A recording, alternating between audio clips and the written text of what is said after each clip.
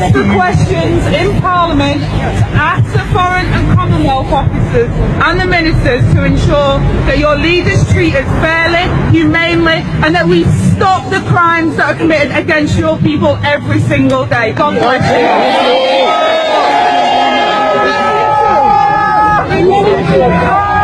We are very careful to have you at peace. We like more people like you who will speak up and speak out against those who cannot speak for themselves. We are very grateful that you took the time to walk over Biafrans love. We appreciate you. We want to see you again.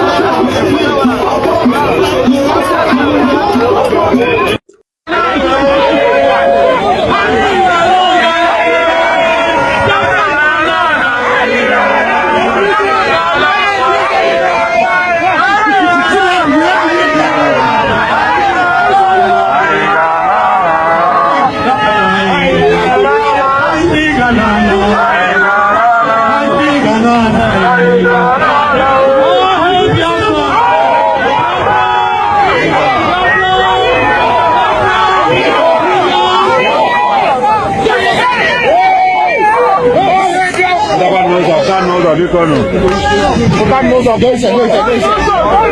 Welcome to London. I'm Korea MP. And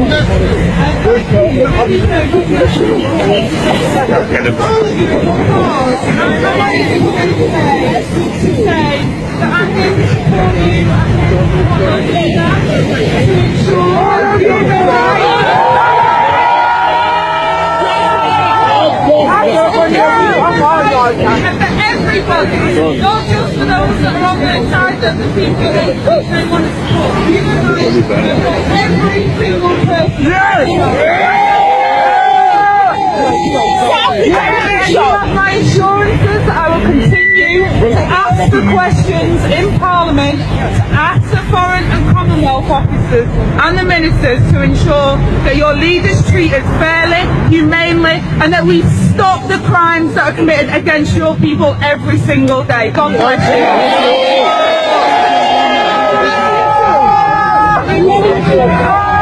We are very careful to have you at peace. We like more people like you who will speak up and speak out against those who cannot speak for themselves. We are very grateful that you took the time to walk over Biafrans love. We appreciate you.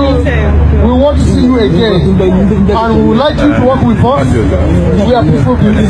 But we get disappointed that Britain are not supporting Islam. That's our concern. We no longer know if Britain is a Christian country or if it's Islamic. We are confused. Which one is Britain? Tell us. I speak on behalf of myself as a Member of Parliament, and what I will say to you is I love everybody, and I think that what fills my heart full of love is what you people have done. Despite what has happened, you people have protested in a good way, in a Christian way, and are trying to raise your issues legitimately. I have also referred the case to Amnesty International, as I promised I would, and I will continue to use every avenue I can. So keep peaceful, keep shouting, and keep up with your cause, because it's a good one, it's a true one, and hopefully, God willing, we will get peace one day, and you will get justice. All hail Biafra! All hail Biafra! We thank you, MP. We'd like to see you again. No problem. Thank you so much. Thank you! Britain knew that the light of Africa will come from the land of Biafra. They all know it all over the world. As I told you earlier, 2 years ago, I told you that I was at a meeting with the UN officials in Geneva. And one of them said to me, it is not that we don't talk about Biafra or want our member states or nations to understand what is going on in the land of Biafra. But as soon as we mention the word Biafra, they all get up and walk away from the room. I announced it here live on this very platform, Radio Biafra. Some of you didn't actually absorb it. Some of you don't know the obstacle that Biafra is facing. You think Biafra is easy to get. No, it is not. No, not at all. The enemies we have outside is uncountable, not because we have done anything wrong, but because Britain realized that with Biafra existing as a free nation, that every black person around the world will become free. They understand that. It's just like when you go to a stream and you don't want people to drink the water coming from that very stream. Again, you go to the source of the water and you pollute it. Because if you come downstream and you pollute it, people can still go to the middle or even to the front to go and fetch clean water. So if you don't want people to drink from a particular stream, you pollute it from the source. They know that the source of freedom for black people, both those in North America, those in South America, those even in Papua New Guinea, those everywhere around the world, they know that Biafra is the key. A free Biafra means that black people all over the world will become free. That was why I said that Biafra is the last miracle. I want you to understand this. All of these obstacles cannot stop us from getting Biafra. It cannot. Instead, it emboldens us. Because the more difficult the process of emancipation, the more enjoyable the outcome when finally freedom comes. If we don't do something, I'm telling everybody, both those in the Middle Belt, those in Yoruba land, go and write down everything I have said in the past. Try and, compare it to what is happening now. You see that we have always been right. If we do not act now, we will become more fragmented. They will conquer us and extinguish us from the face of the earth. As I told you, the Hausa race no longer exists, only by language. Hausa people have nothing now as we speak. They have nothing, only their language. Hausa people no longer have any discernible political system. They have no hold over their future or their lives. They can answer Malam all they like, but their traditional rulers forever and ever will remain an emir. And an emir is a Fulani. So what did you think? Drop your comment on the comment section. And in case you are coming across this channel for the first time, please do well to subscribe, all right? Thank you and God bless you. I told you guys in one of the previous videos I made that the world is no longer interested in rule of law. Yes, the world is no longer interested how you live, whether you are living fine or not. They are not interested in that. What the world is interested in is their personal interests. They don't care what you gain. They don't care what you lose. What they are interested in is what their interest, what they gain from you. And so when two people are fighting, if the world powers get in, what they are interested in is who will give us what we want. Because if the world is interested in rule of law, you see this issue of Biafra, believe in me, it should have been discussed at high parliament.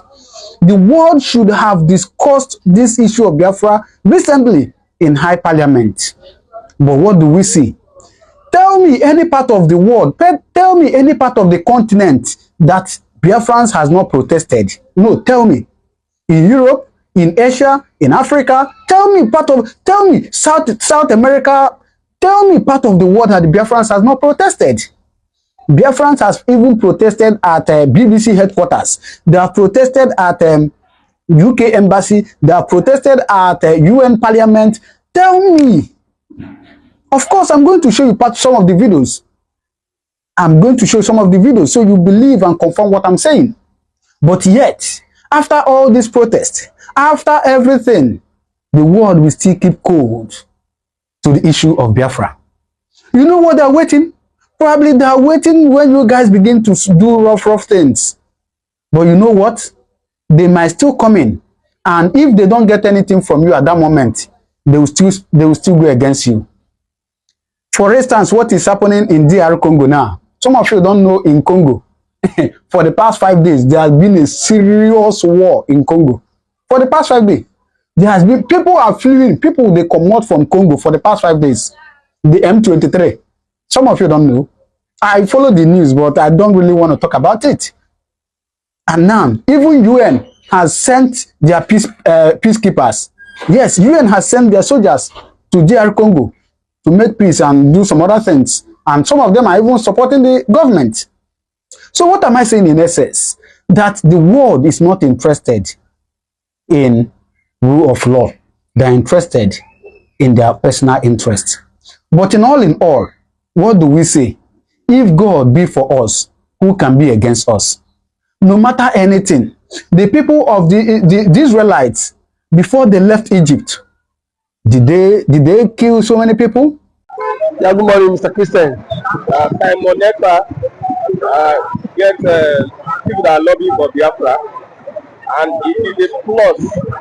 The way Simon Ekpa is going international, and it seems he's making this agitation a serious international issue by employing international lobbyists to make sure that Biafra is recognized at the world stage. Let's get a reaction. Now, thank you for that wonderful question, the anchor of this great platform. First and foremost, I want to say Simon Ekpa has come out to say, or has outlined countless times, that he said that the Nigerian government cannot win Biafra with a barrel of gun for the second time. Now when he said that, see, Nigerian government cannot win Biafra with a barrel of gun, it means that nobody needs to die for them to exit Nigeria. Now, Ojogun fought Biafra in a different dimension. Now, nnamdikanu did it via his own dimension. So Ekpa is taking it globally. And now, we've seen world body recognize Biafra. We've seen the UN and then some other global body have come out to endorse the Biafra struggle. So kudos to him, it is a plus. Some persons have come out to say that Simon Ekpa should be discredited, the likes of and that of the southeastern governors. But my question is that you said Simon Ekpa should not be taken serious. Then who should be taken serious? The government who is not willing to protect our people? Is it the people who have refused to speak up when the Igbo man has been marginalized in the country? Is it the same governors who have become a tools in the hands of their Fulani master? So for you to even have a character like Simon Ekpa and nnamdikanu to have come out to say enough is enough, that we are tired of this contraption called one Nigerians. It shows that these people have this mindset that, see, they can no longer be the slave. So for him to have even gone as far as to hire lobbyists that will speak on behalf of Biafra in the world in the UN summit, to me it's a plus, and that alone, the voice of Biafrans will be heard globally. and the voice of an Igbo man is also being heard globally. Now, let me take it back the line. When Southern Sudan and South Sudan wanted parted ways, nobody killed each other. Nobody go through the route of violence. It was done amicably. So Simon Ekpa is doing it amicably for him to convince world leaders that this thing is possible. And why the government of the day, the present government of Nigeria, are not seeing it that way. Thank you. You can also to the government, to the Nigerian government, be worried about this. Why would they be worried? The same people have sent assassins to kill Simon Ekpa. Now only he has escaped. So see, one thing about it is that the government of the day, they are panicking. There's panic. You know what it is now? So a particular tribe, a major tribe, to exit your country. You know how an Igbo man is. You know the investment of an Igbo man is in the country. Now imagine in Nigeria without an Igbo man. Let's just imagine that. I mean, dominance. That means the outside man would now dominate virtually every government parastatals in Nigeria. So now the reason why the Igbo man is still believe that's Nigeria is because the Igbo man is still in the contraption called Nigeria. But eventually, if the Igbo man leaves, my brother, the Yoruba man will know the true meaning of Nigeria, and then we now know who owns Nigeria. Just like what Angwabula said, he said they are not scared of the Igbos parting, exiting Nigerians. That was what he said. He said they are not scared. Indirectly, that means the other tribe would not have sense of belonging in the country. And we know it. We know it. I know it too. And every man now has the spirit of dominance. You cannot dominate him. If a Fulani man has the spirit of dominance, for you to dominate him, it will take ages. In terms of population, you cannot dominate them. So one thing is that Ojukwu foreseen this whole thing. That was why he championed this Biafra struggle. And now, gradually, it is now becoming a reality in this contraction called Nigeria. Now, there are some Igbo men are even tired of the system called Nigeria. Just because they feel their brother is still in president. Now, my brother, I can bet you, come 2027, the Yorubas will be championing the Republic more than the Igbo man. I can bet you that. That I'm very certain of. Yes, we will championing because it is certain when their president, when their brother is being kicked away from the presidency, already there is a plot, and which he himself cannot escape. The president himself knows that there is a plot, and then the big shots in the north are forming alliance. You know it. RFI, a powerful influence in the north, is not in the league. Sorry, is not in good terms with the president. And now nobody can take that factor. What RFI did. I made Tinubu emerge as the president via his own influence, and then we have also the likes of Angulai, which is the chairman of the Northern Order Forum. He said post election that the Northern Order Forum supported Tinubu, but from 2027 Tinubu will not get their support. So what does that mean? Now if the average Northern person is not giving the vote, now where will they get the vote? The shots come by 2027. The same thing the Yorubas have been tagged the Igbos for.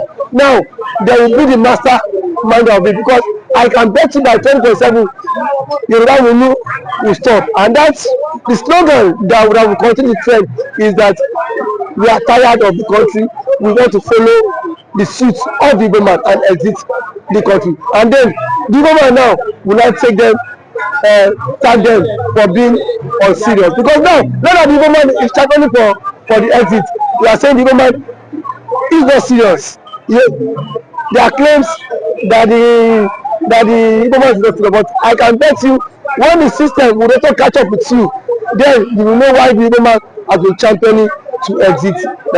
Thank you for always coming.